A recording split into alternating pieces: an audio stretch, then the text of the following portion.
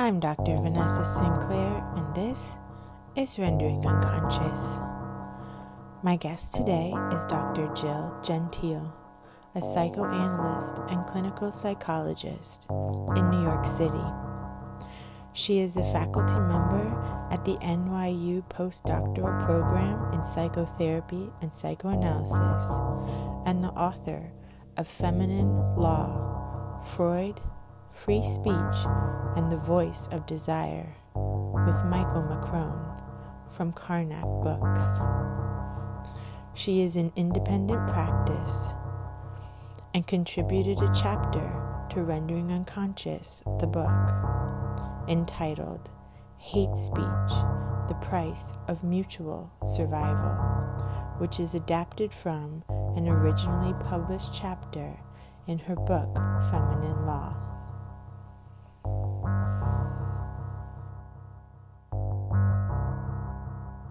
Rendering Unconscious is also a book.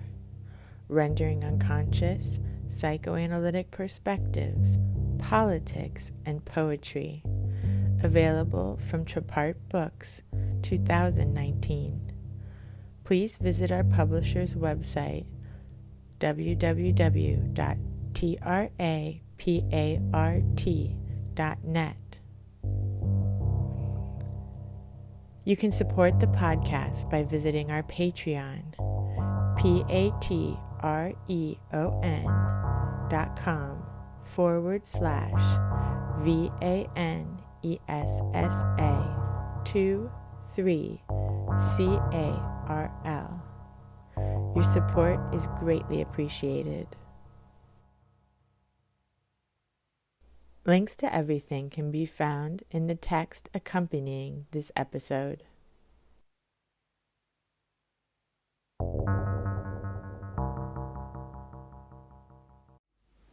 How did I get into psychoanalysis? Wow, Vanessa, I haven't thought about that in a long time. I think I was kind of lost in searching and really found myself interested in personality theory in college. And that led me to be more and more interested in psychology and clinical psychology, which I knew nothing about. And then I ended up working with at a residential treatment center with children, which had a profound impact on my curiosity about child development and play therapy and limit setting, and how limits actually is relevant to this project that I work on now, but how limits create a space for expression. So I loved that work, and it's interesting. I did that job, a couple of my friends from college and I all applied to this treatment center in New Hampshire. It was an amazing summer, but it really divided.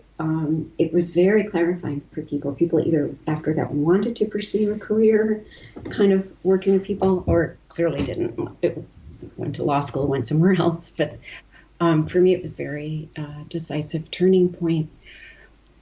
I still knew nothing about psychoanalysis. But later, once I started graduate training, I think I had a love affair with projective testing. Loved the Rorschach in particular. And I happened to do a lot of work with children, very immersive training with Rorschach analysis, like literally at least once a week, maybe sometimes more than that. And then we would look at how these evolved over time over the course of play therapy. And I became really persuaded that projective testing had immense value for capturing unconscious dynamics and personality structure, and it opened up so many doors for me. And then over time, the community where I trained was in Rochester, New York, was a very self-psychologically rich community. And it was in the 1980s when there were lots of wars between Kernberg and Kohut. So alliances were formed. We could say splits were formed. But it gave me a grounding for working with severely, again, most of my work back then was with children, very both disenfranchised populations and children at the margins of psychic inclusion, relational inclusion, having a foothold in life, and also how personality then gets disorganized and reorganized, and it was extremely motivating and rich. So that self-psychological and very also strong Winnicottian background led me to be interested in the tensions in psychoanalytic theory between deficit and conflict theory, and how we think about building structure versus dismantling structure. And so those dialectics have been profoundly interesting to me throughout my career, because how much I work with a patient to help build psychic structure, only then to help them dismantle it from a place of greater agency has become, that's a lot of the art of psychotherapy and psychoanalysis.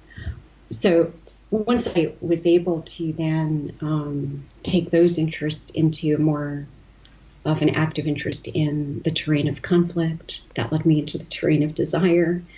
And I think you and I met through our mutual interest, budding interest in Lacanian thought, and in what was missing from a lot of contemporary American psychoanalytic discourse. So since then, I've been very compelled by thinking about psychoanalysis as a discourse of desire, and all of the impediments to a conversation around desire that we see in the consulting room, but also in the public realm. That's so interesting, because I didn't know that you worked with children and did projective testing. I also love projective testing and was completely enthralled with the Rorschach, both the Schaefer kind of more psychoanalytic projective way, but also with the whole Exner system. I was obsessed with that in graduate school, and ended up, that was my first teaching psychological testing, specifically projective testing, to grad students and then and interns. I can imagine that being true for you, because you've taken such an interest in the uncanny, and one of the allures of projective testing is to see the way the quantitative, these kind of transcendent and mystical aspects of the psyche are also interestingly empirically valid in some way that creates that sweet spot between science and art that I think science and myth-making, science and creativity, that Freud ultimately conceded to. It's not where he started necessarily, or maybe it is where he started, but he had his identity as a scientist and had to concede that truth was a more complicated pursuit. It wasn't a phallocentric linear pursuit. So he followed an interesting odyssey also. Absolutely. Mm-hmm. So how do you see the discourse of desire being played out in the public realm, in society? I see that we have a big time problem, as we do in the clinic, but what the clinic offers is a commitment to a relationship and to a style of listening, a commitment to not only speaking but hearing in a translational process for all of the not only unspoken desires but for the resistances to desire. So we have developed techniques. I don't like the word technique, but if we look at free association in the literature and what we do in the clinic, we've created a means to enfranchise people into a speaking process, speaking, hearing, listening, that opens a space for desire. And in the public realm, it's sadly the case that that conversation is almost completely absent, because there is so much polarization in the public realm that it actually, I think what we're seeing is how much resistance there is to desire. That we're more comfortable in the language of obligation, demand, control, brute force rhetoric, apparently lies, and making up reality in the name of free speech, as opposed to a commitment to the ethic of honesty that was a part of Freud's fundamental rule.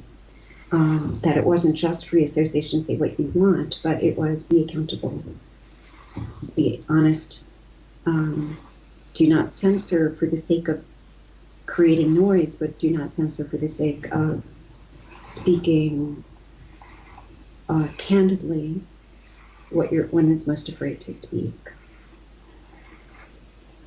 That's beautifully put.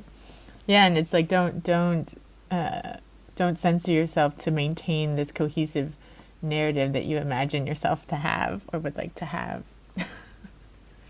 Right, and if the patient is busy doing that, the analyst disrupts that space, that conversation for the sake of a less conventional conversation, and to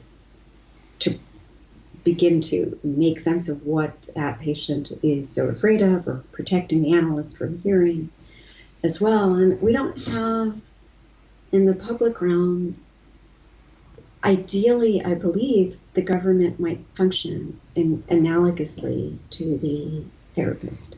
Like there might be figures in the public light that have that function. The press, to some degree, has that function, right? Their role is to provide a checking balance, help create that triadic space that is at the core of democratic functioning, but it's also at the core of psychoanalytic thinking, this idea of a triangular space. And how we cultivate that triangular space is, it's such an elusive space. And I think to the degree that I've studied the free speech literature and the First Amendment literature, it seems to me that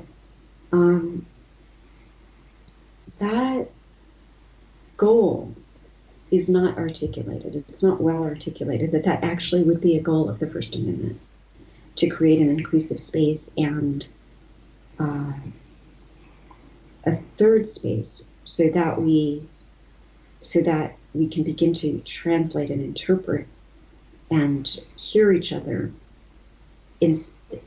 between the fixity of ideas, or the absolutist kind of insistence on, and is what Thomas Ogden would say is what it is reality.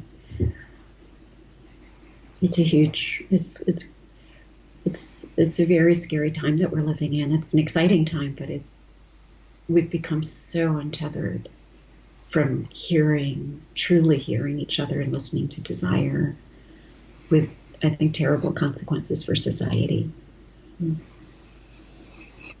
I've been thinking about how interesting it is that at this moment where we're having this like global crisis with the environment and fascism and everything, that at the same time we're all connected through social media and the internet in a way that we've never have been before. And so we can all see like this kind of crisis and collapse like in real time, whereas if this happened, I don't know, 20 years ago, that wouldn't be the case.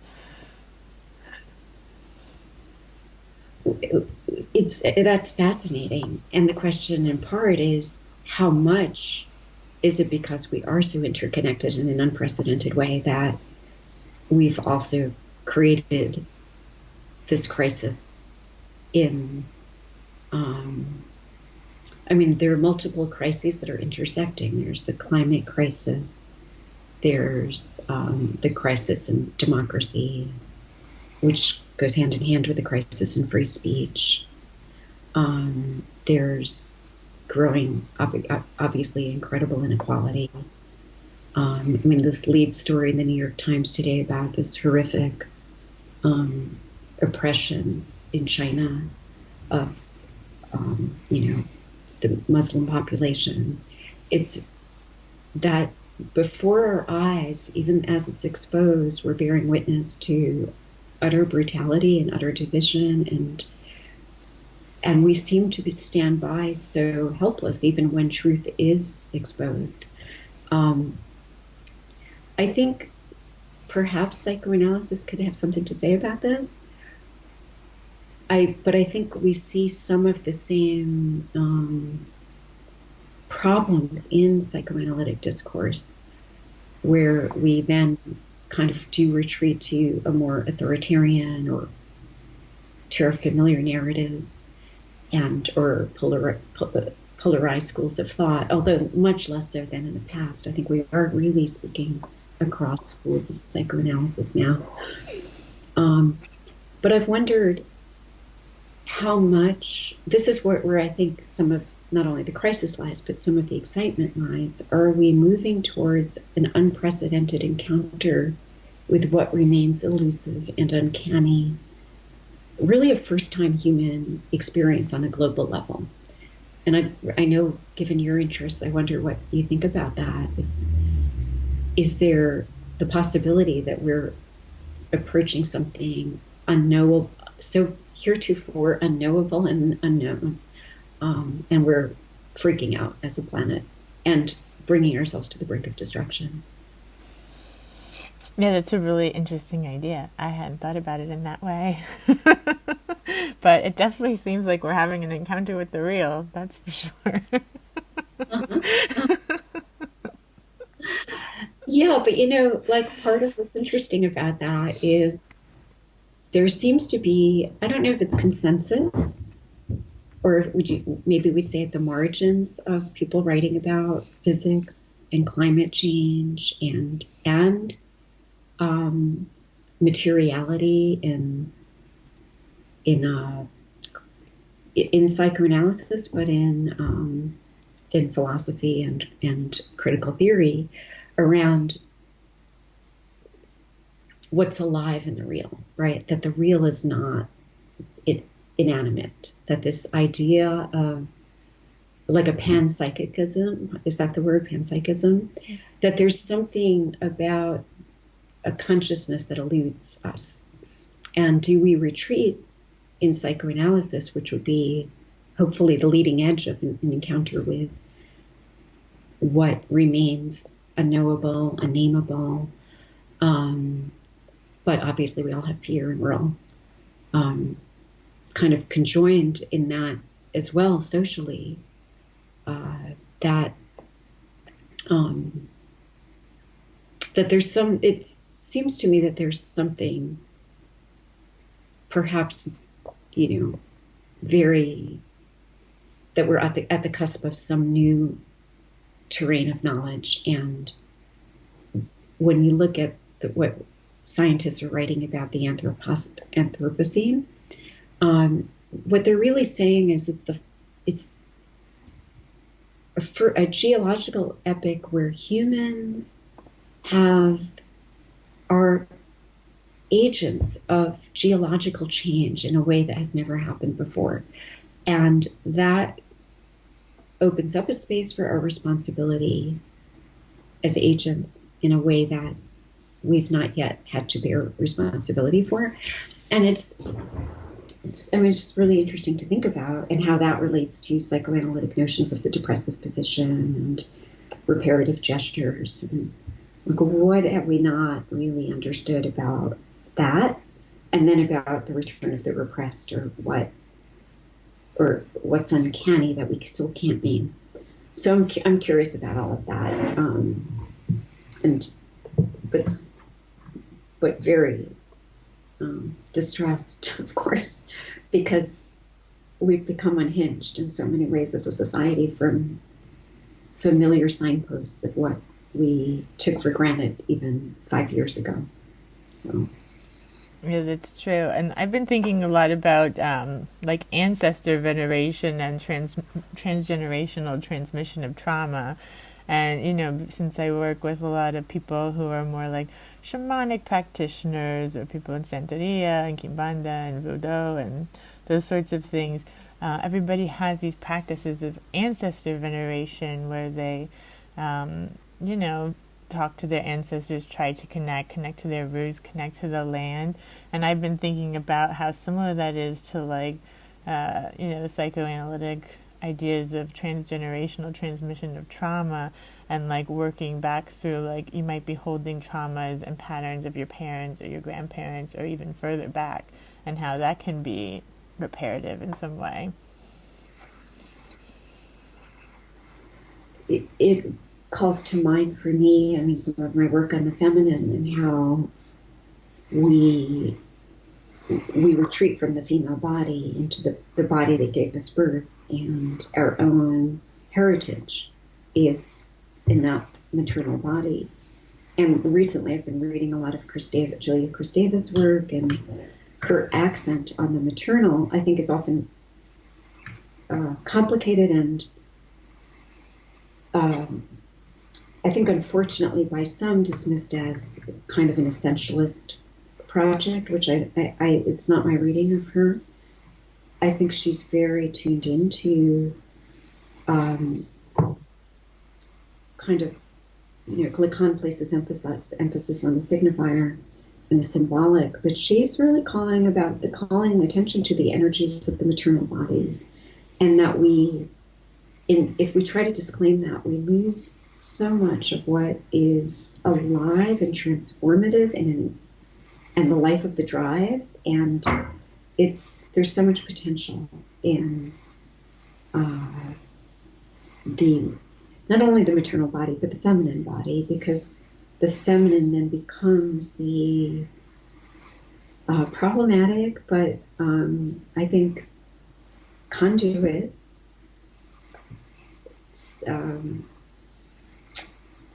potentiality for what you can't control and can't capture and can't gatekeep, and that will all utterly elude phallocentric control.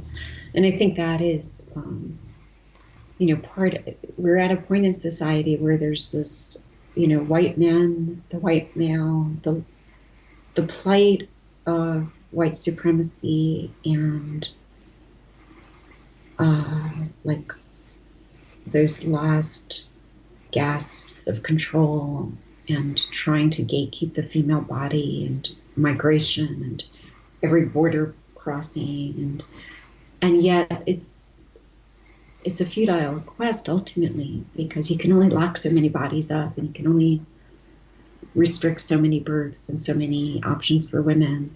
And this has always been what the problematic of democracy, because all democracies always try to both be democratic and leave certain members of society disenfranchised. So we've never actually witnessed a genuine democracy, because they're always based on exclusions. And yet the feminine, I believe, can't be excluded. I think it has something that is disruptive, uncontrollable, unpredictable, and will always resist. And so that has following that energy is going to guide us. Well, that sounds like we should talk about your book then. Oh, okay. Feminine Law, Freud, Free Speech, and the Voice of Desire. How did it come about that you decided to create this wonderful book? Oh, thank you so much. Well, we've already been talking about it to some degree, because these are the themes.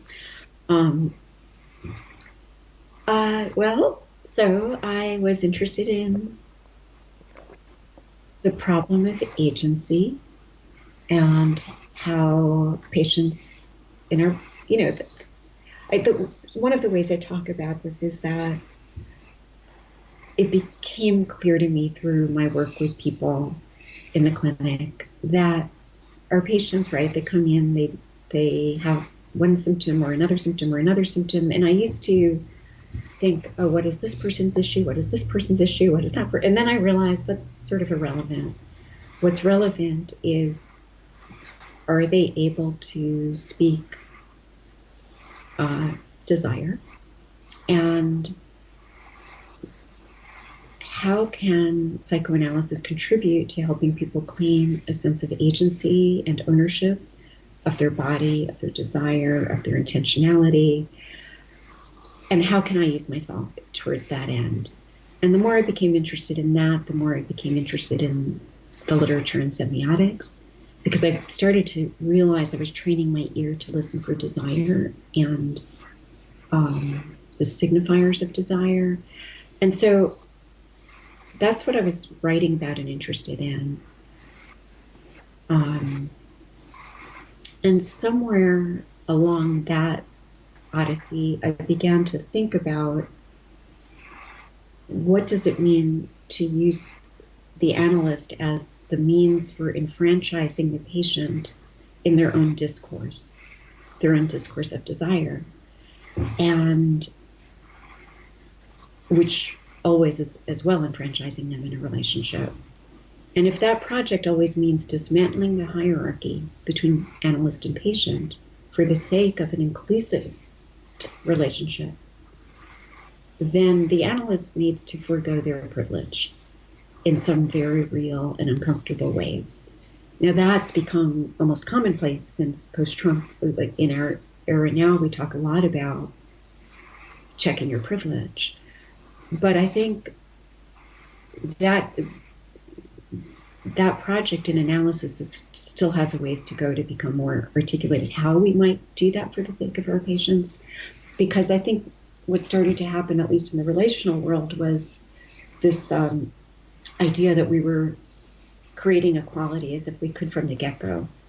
But like one of the interesting counterpoints in Lacanian thought is the analyst holds themselves, right, as the subject supposed to know for the sake of the patient's dismantling. And yet I don't know that Lacanian thinking goes as far as some in relational thinking go to really dismantle that authority and reveal the subject behind the veil, so that two people can come into being and presence in a way that's mutually knowable. Okay, ever partially, because we're only ever partially knowable to each other, and it's a fluid, never reified process, and can never be totalized, but still a partial process of mutual knowing and exploration and intimacy. And that happens in psychoanalysis between body and mind, right? And that's where Freud's brilliance around languaging the body, bringing the body, the subject of drive becomes a subject of language, a subject of desire. So the more I was thinking about democracy, psychoanalysis, dismantling hierarchy, creating an inclusive relationship of equality through the practice of free association and speech, the more I felt like, wow, psychoanalysis is a theory of democracy. Why is that not being written about? And I mean, this is before Donald Trump, right? I was working on this book several years before 2016. So then I started to think, well, how can we look at this parallel, if there is a parallel or an analogy between the First Amendment and free speech? And again, being captured by the idea that the First Amendment is our First Amendment in U.S. constitutional democracy, and that the fundamental rule in psychoanalysis is free association. And then I thought, wow, that's kind of interesting, right? That they're both acknowledging the primacy of speech and freedom of thought and speech. They're both very parsimonious rules.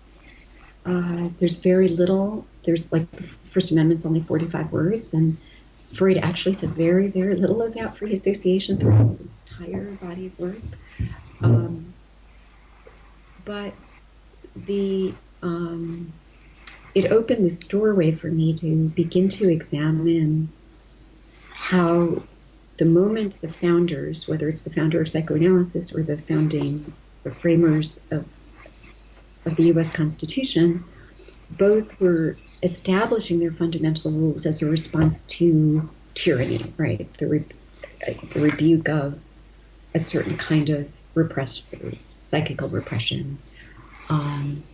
And yet, despite their rules, they both ended up recreating systems of oppression, or, right, Freud needed to still create systems of dominance and control over his acolytes and followers.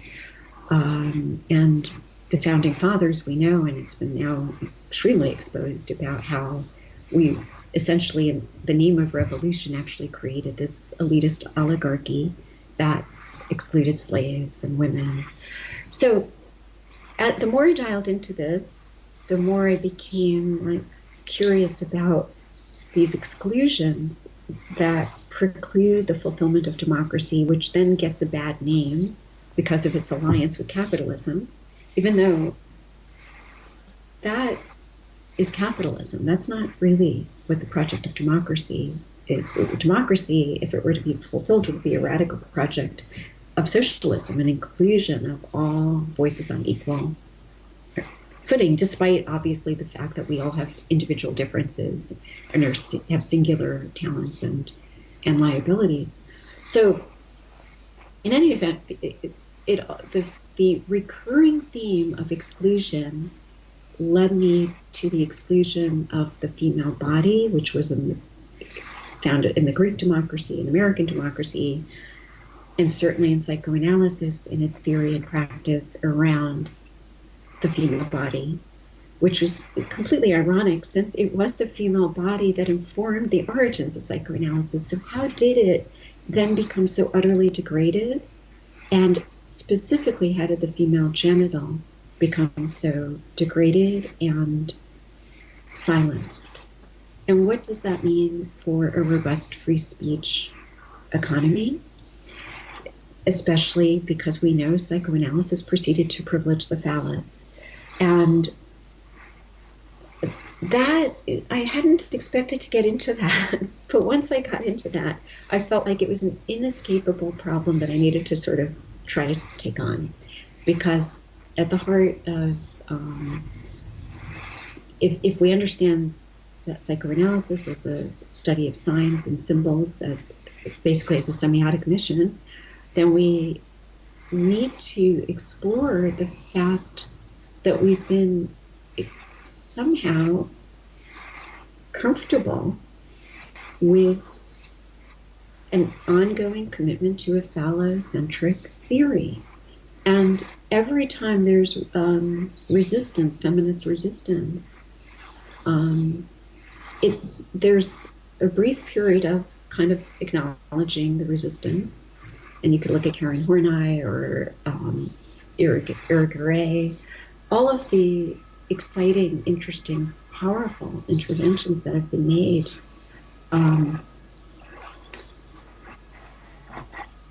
contra the phallocentric, phallocratic discourse of psychoanalysis, and then we see that we play in democracy.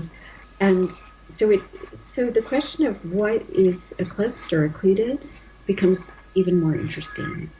And so that led to my focusing on how the female genital functions as a limit of speech, and then this literature that points to the silence in speech in the clinic when the patient says, I have nothing to say, I have no thoughts, how silence itself points to the word nothing, and a nothing that when then pressed further, the analysan seems to associate to the female body, to the female genital body. And there is a convergence of literature that points to this, and then that literature gets silenced also. Now we have a very active interest in Lacanian thought around the nothing, around the void, around the veil over the void. We have in relational literature all kinds of efforts to point to different metaphors for space, spatial metaphors. And I started to recognize these spatial metaphors and these the call for the primacy of the void as the gateway to the feminine, but that if we were to name the vaginal, the counterpoint to the phallus, we would we would open a space for naming the gap, which then enables us to listen for the gap in a new way and actually to keep our eye on the gap. Because, when in free association, Freud instructed us to listen for the gap, but we're all the time, actually, so many of us, when we're actually doing clinical work, listen to the content as opposed to the gap, the space between, the interval of what's said and unsaid. Some people have argued that if we name the female genital, then we close down that space. But I think that's misguided. I think that the more we name, the closer we get to what remains unnameable. And what we really want to get to are the novel, disruptive energies of the real. But if we're always afraid to name the feminine, we lose. And other people have said to me, look, you're just recreating a binary. And I guess my argument back in part is, well, do you prefer a monopoly?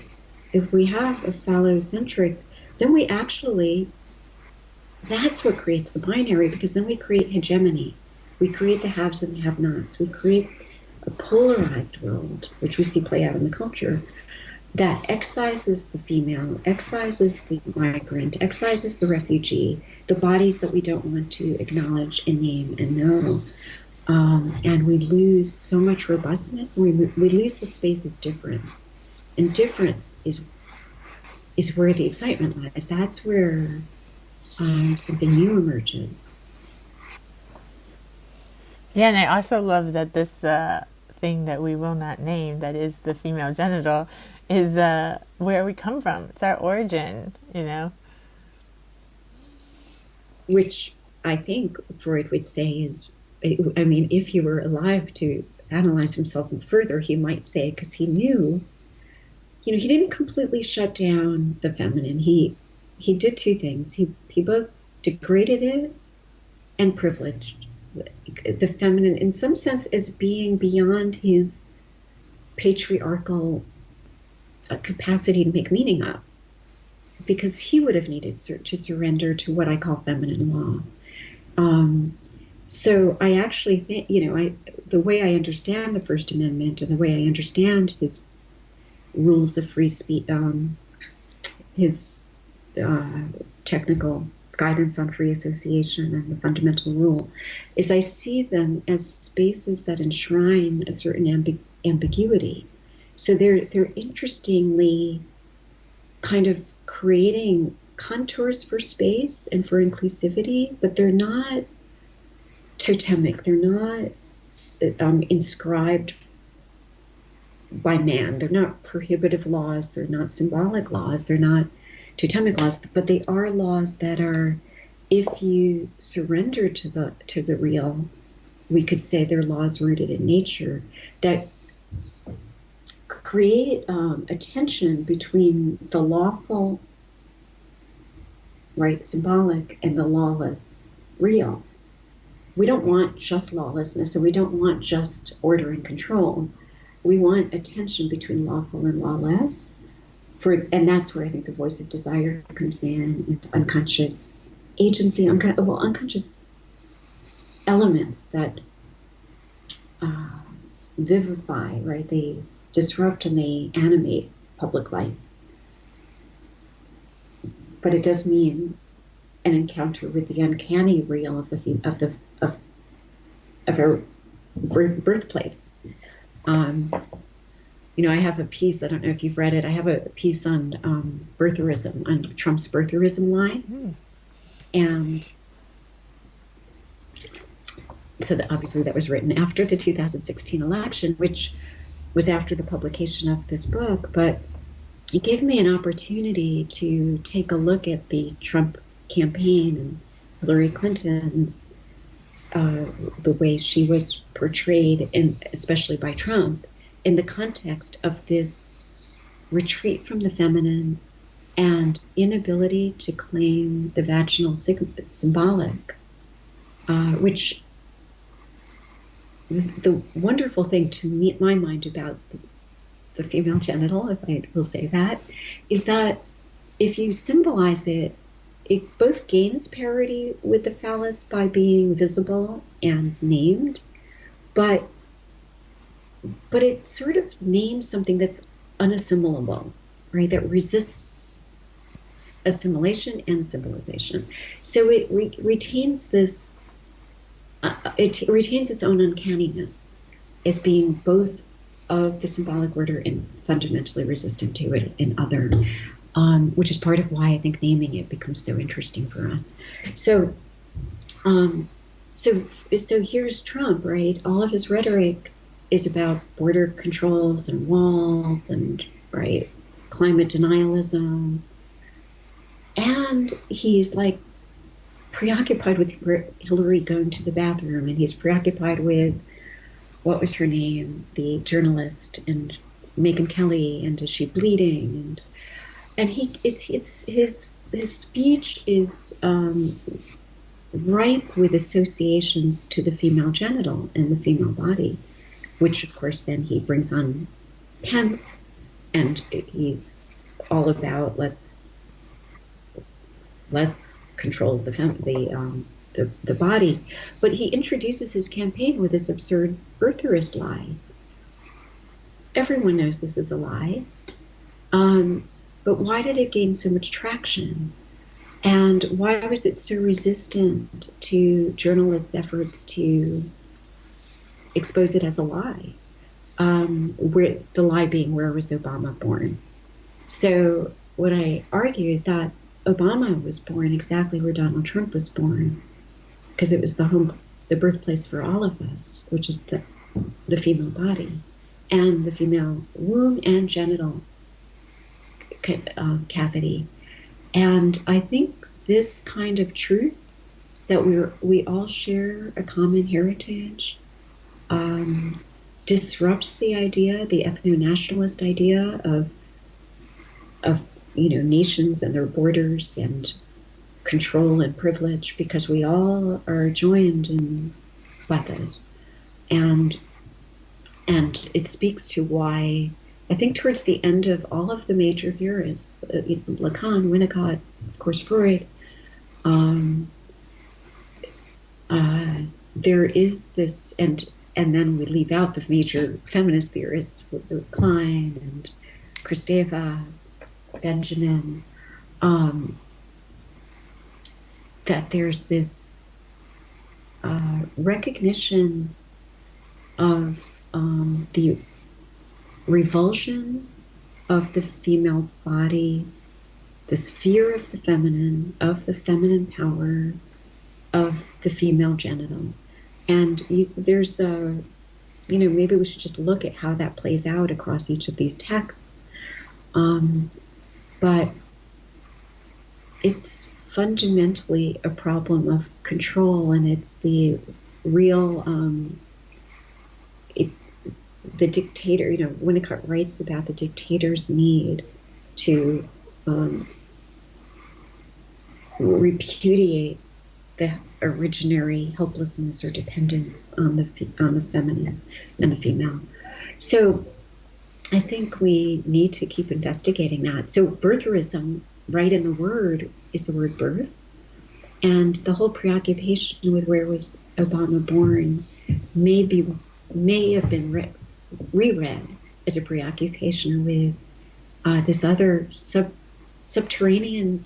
It was a text that journalists never wrote. They never wrote the story of the female body as the birthplace that actually joined Obama and Trump. And of course that then also speaks to the autonomy of a woman who chooses to have sex with a black man, that her body can be invaginated by her desire, a man of her desire, that it's not necessarily about white hegemony and supremacy. So that was completely dismantling. But the female body also grounds us in reality and truth, because we can make up any birth stories we want, but in reality there is some biological reality to this. And I think our dismantled free speech discourse today, the fact that we're so dislocated from truth has to do with the feminists. It's a complicated argument to make, but I think it all kind of, I know psychoanalysts are kind of conspiracy-minded, but I do think all of this is connected. It makes sense to me.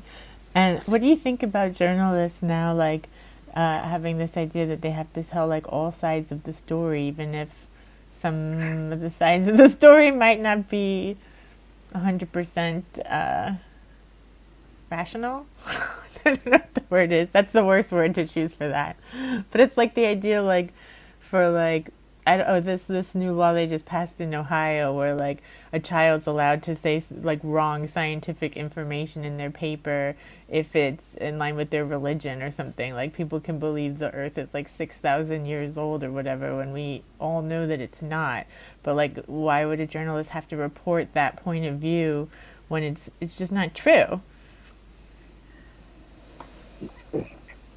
I didn't know about that law, and yet it really speaks to how dismantled everything we took near and dear, at least in terms of a certain kind of discourse around reality and truth-telling, and ultimately morality has become so dismantled and dislodged. There's so many components of it because, right, if we're working on dismantling hierarchy and privilege, I think what somehow that has fed into this dismantling of expertise and knowledge. And it's a porous line, unfortunately, that has become, and it shouldn't be, I don't know that it needs to be quite so porous. I think we can challenge people's creations of falsity, and hopefully for the sake of education we need to. In the clinic, if our patient says, I can make up any reality I want and I should be able to get an A because I'm as entitled to you as my narrative or my version of reality, we'd probably say something like, that's a nice fantasy. Like that, we all have a fantasy that we can make up our own, that our truth is true because we dare to claim it. And that's a little different than being accountable to the ethic that Freud had in his commitment to free association of an ethic of honesty. But I think what we're seeing is something about when we fail to provide that ethical space for speech, which is a triangular space accountable to something beyond the dyad, beyond the magic, right? Then when we fail to do that, we're left in the world of magical thinking and omnipotence. And omnipotence is not, is a very precarious position for us to we certainly can't privilege democracy for privileging omnipotence, because omnipotence by definition is a sort of solipsistic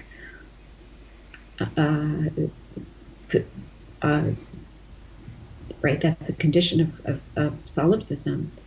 And so we're seeing a crisis of solipsism in omnipotence, and therefore a problem of truth.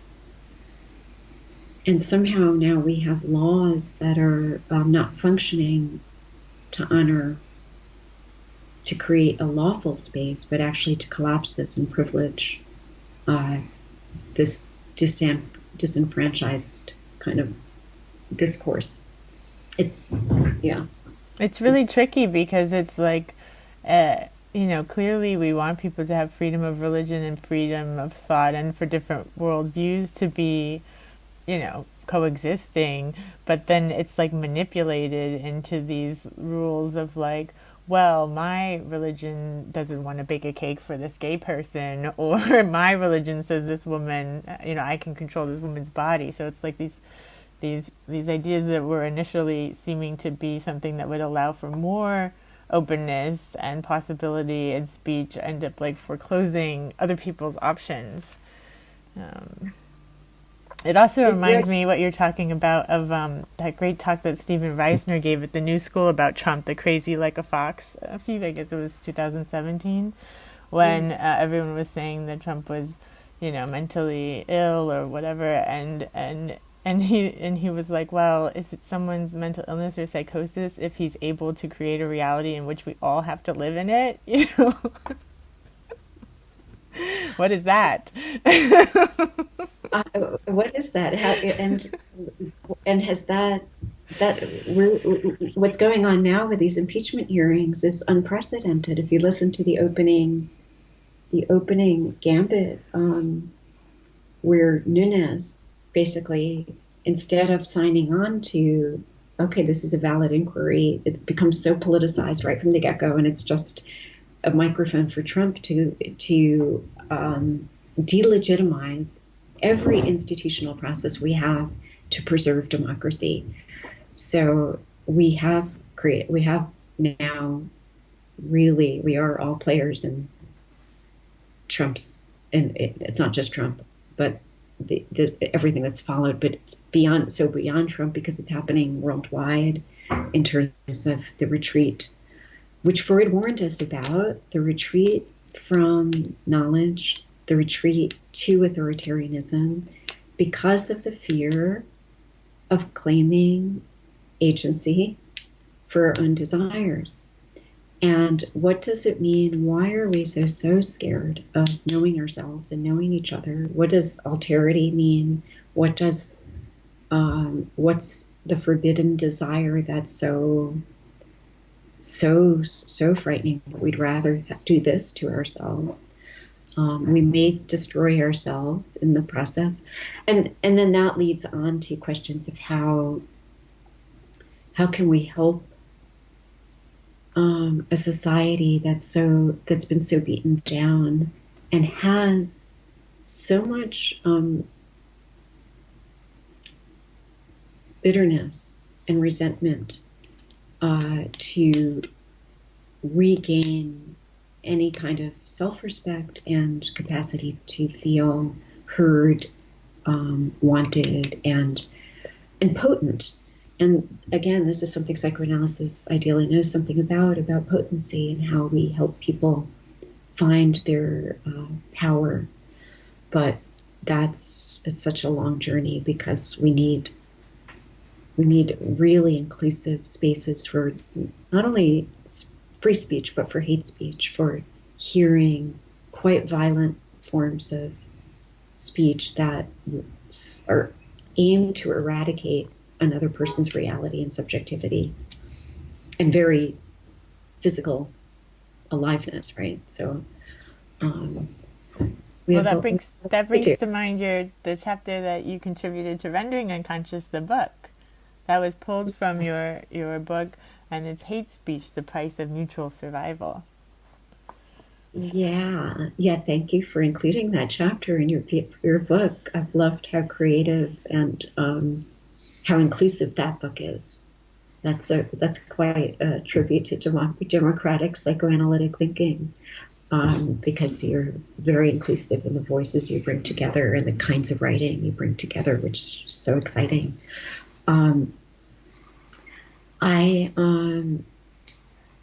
So I did turn to trying to address the problem of hate speech, because psychoanalysts regularly contend with hate speech in our practices, right? We don't call it hate speech, but we regularly contend with patients chipping away at the progress of the analysis, the resentments that they bring to us because of their own status as victim, what experiences as victims, and or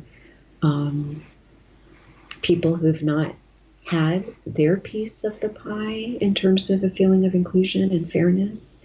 And so those resentments come into the treatment room, and they're often class-based, racially based, gender-based.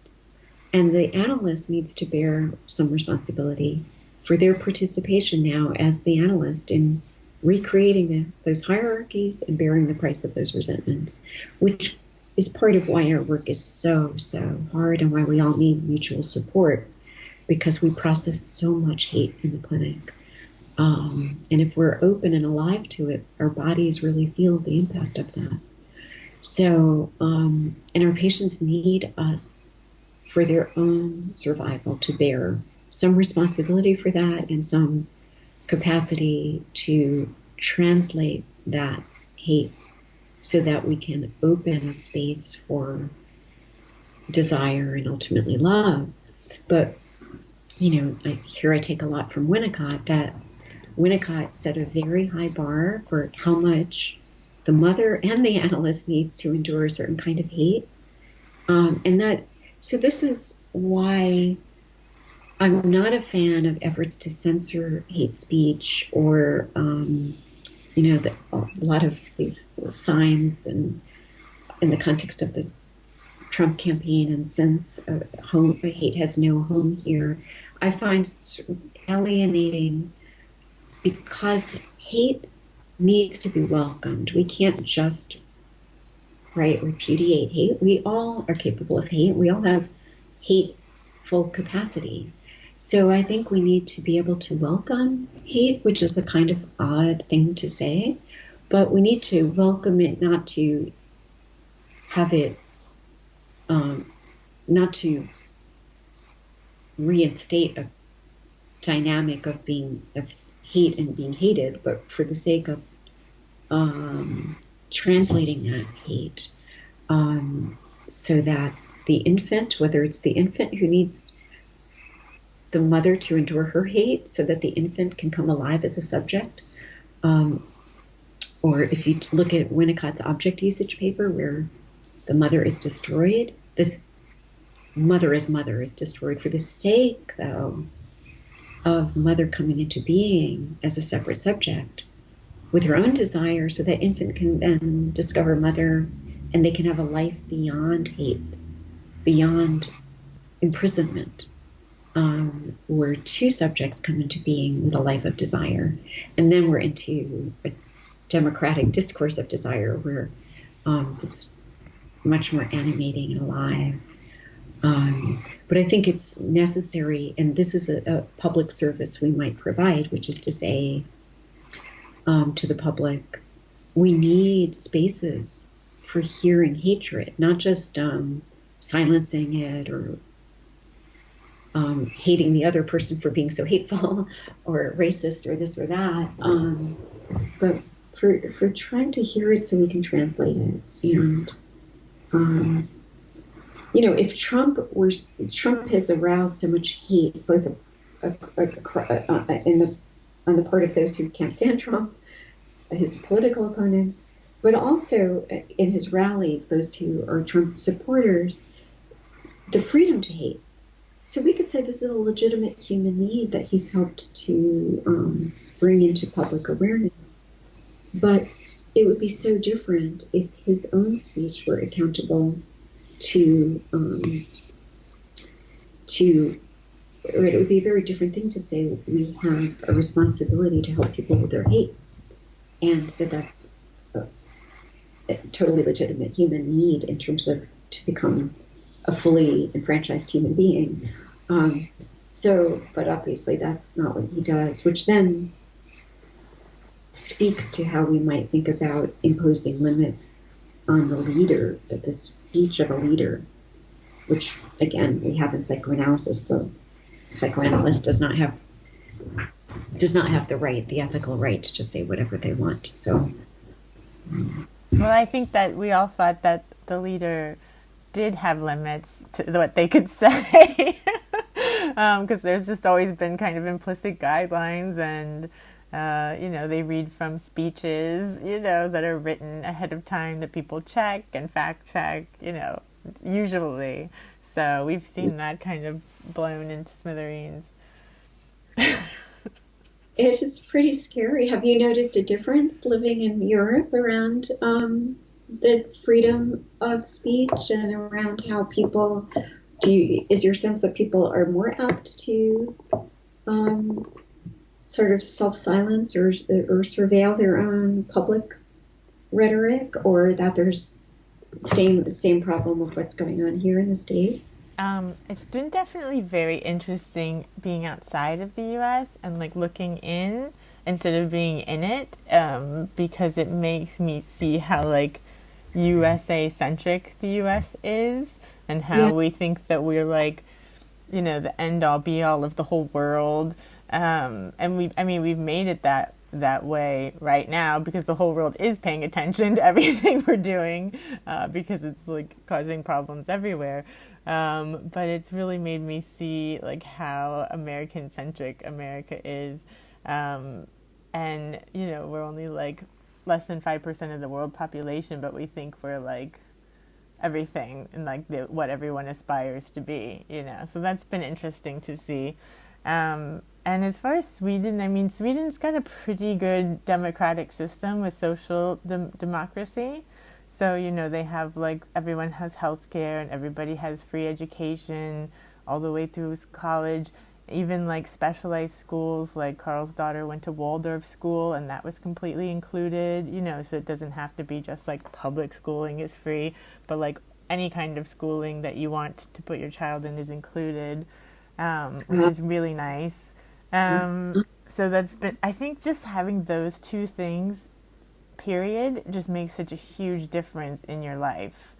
That you know that your education's taken care of, whatever you want to study all the way through school, and that that you know that your health is going to be taken care of. Because I mean, I only had like a flu last winter, but you know, after like 8 days of it not going away, I could just walk right up the street and see a doctor. Like I called at 8 a.m. and I was able to see him at 2 o'clock the same day, an appointment, and just walked right in and saw the doctor and like didn't have to wait.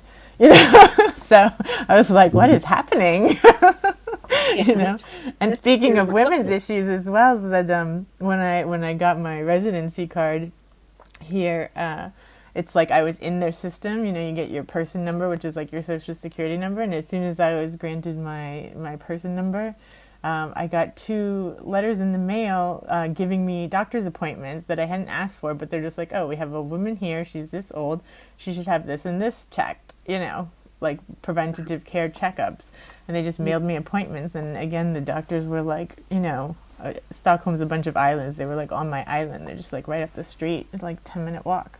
So it's been very different. And their democracy is, I mean, they had a hard time with their last election too, but like the difference is really their hard time would be like a blessed USA life, you know.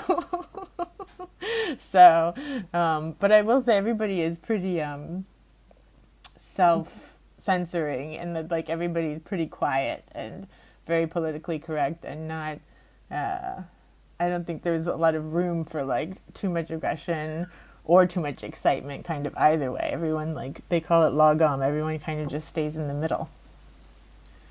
Yeah, well, Europe has tilted towards more repressive free speech laws, right? There's, you know, whether it's Holocaust denial laws in Germany, or the idea that what will help, that there's just, right, less of a freedom around hate speech as in America, and that's all problematic. But I think, and we could talk about why, but I think that you're highlighting the difference in terms of having just sort of a level playing field for a minute, at least a certain level of level playing field. A commitment to basic human rights and human decency and human respect creates already a more inclusive society, and that opens a space for a different kind of conversation about desire and conflict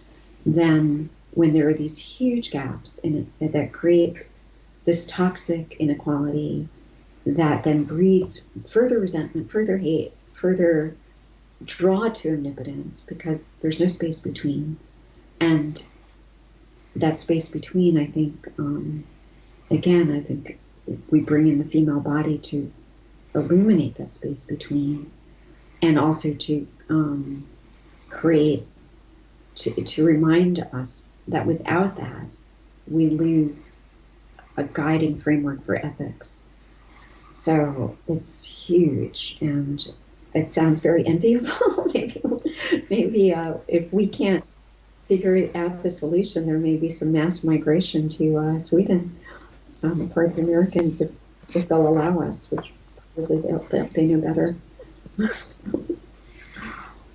Yeah, Sweden actually did take in per capita more refugees than anywhere else during the crisis in like 2015, 2016. Yeah, and they everybody that came, of course, there's all sorts of arguments around that, in the media and whatever here as well. But everybody that came gets situated with housing and health care and education as well. So they try to integrate people and are very inclusive in that way. Yeah, we have a lot to learn. We've been quite solipsistic ourselves, and though, again, given the recent political rhetoric, it seems that we had some commitments in place. We never had that commitment to the same commitment to healthcare that Sweden has, but or to pre-K, universal pre-K or kindergarten. But what is stunning is how quickly so much has been dismantled, whether it's clean air, clean water, basic safeguards in terms of human rights, the freedom of the press to function without retaliation and defamation. The idea that journalists will be charged with libel, or if they did. So the increased fear that's now in society in America is very startling. And it may be that we need many more mass protests. I think we need bodies in the streets. And it is a bit concerning that we're not all out in the streets, even like now these impeachment hearings have started. And so part of the question of, are we still too comfortable, and what will it take to further release the energies and bring collective bodies together and collective voices together? Psychoanalysis is very committed to the individual voice, but really we need that bridging function with the collective voice of desire to confront the toxic dismantling of the institutions that might function as basic preservatives and conduits to human enfranchisement. Should we stop with that? When is everyone going to go out in the streets? That's what I've been wondering. Yeah. Well, I think we're all a little bit still too comfortable, which is a scary thing to say. It's scary to think that, but I'm kind of happy working on writing and not being out in the streets. But meaning we all have sacrifices to make if we're going to be out in the streets. Mm. That's a lot to bear, but the cost is very high. And it also, there's also a question of what has this world have we been too comfortable expropriating violence and conflict, like the real fights, right, to a certain segment of the population who go off to war and fight battles supposedly on behalf of saving democracy, but really often for other nefarious goals.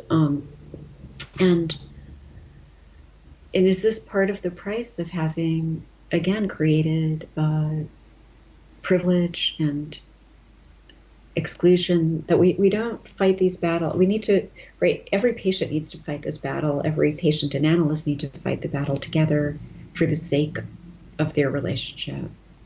But if we gave up being vigilant, but also recognizing, how fundamental for each generation it is to claim voice and fight these battles. We have a very messy situation. Anyway, thank you, Vanessa, so much. I could go on and on and on, and it's so pleasurable.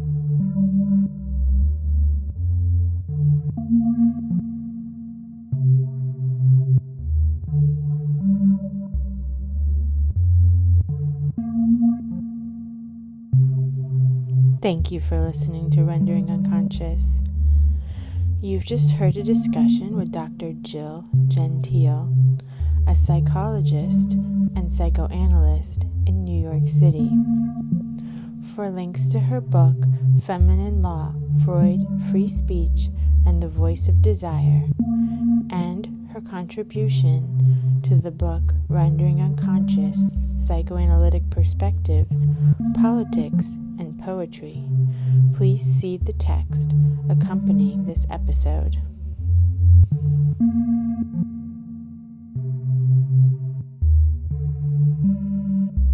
Rendering Unconscious is also a book. Rendering Unconscious, Psychoanalytic Perspectives, Politics, and Poetry, available from Trapart Books, 2019. Please visit our publisher's website, www.trapart.net. You can support the podcast by visiting our Patreon, patreon.com/VANESSA23CARL.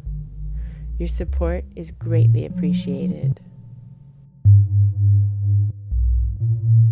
For more information, you can visit my website, drvanessasinclair.net, or visit the podcast website, renderingunconscious.org.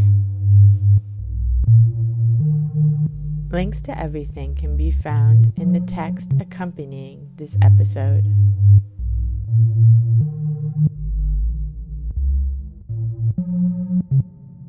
I had to drink up all the water in my carafe and was still thirsty.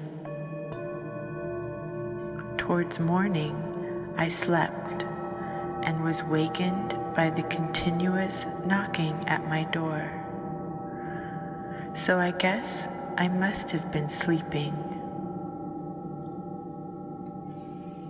Need context, and that context is the 3 shadow arts: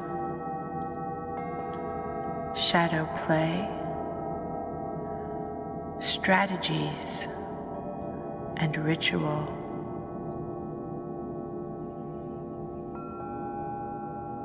How then can sorcerers, whose art is precise, uniting with one's own inner opposite?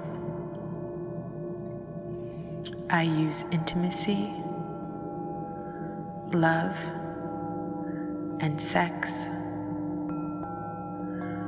I consider my work to be buckle of Isis. Picking up on one is atoms and obsessional ideas. The conflict now stands out clearly. On the one hand, the dream belongs wholly to sleep. On the other hand, to make these principles of limit clear at the outset, for they are as much a description of scope and method as they are statement of faith. First, no matter how far up or down we go in the psyche, science and theology for their psychic premises, so the tradition of depth psychology is to stay at home and to create its own ground as it proceeds. This ground, psychodynamics, psychotherapy, psychopathology, is surely well trodden by endeavor to explore, and disclose is possible only within the classic confines of the old, the known, and the limited. New pleasure to watch. You looked like a newly married couple. He smiles at Severine. Severine, rather aggressive. I suppose we looked a bit ridiculous. Oh no, it looked very beautiful. Reassuring.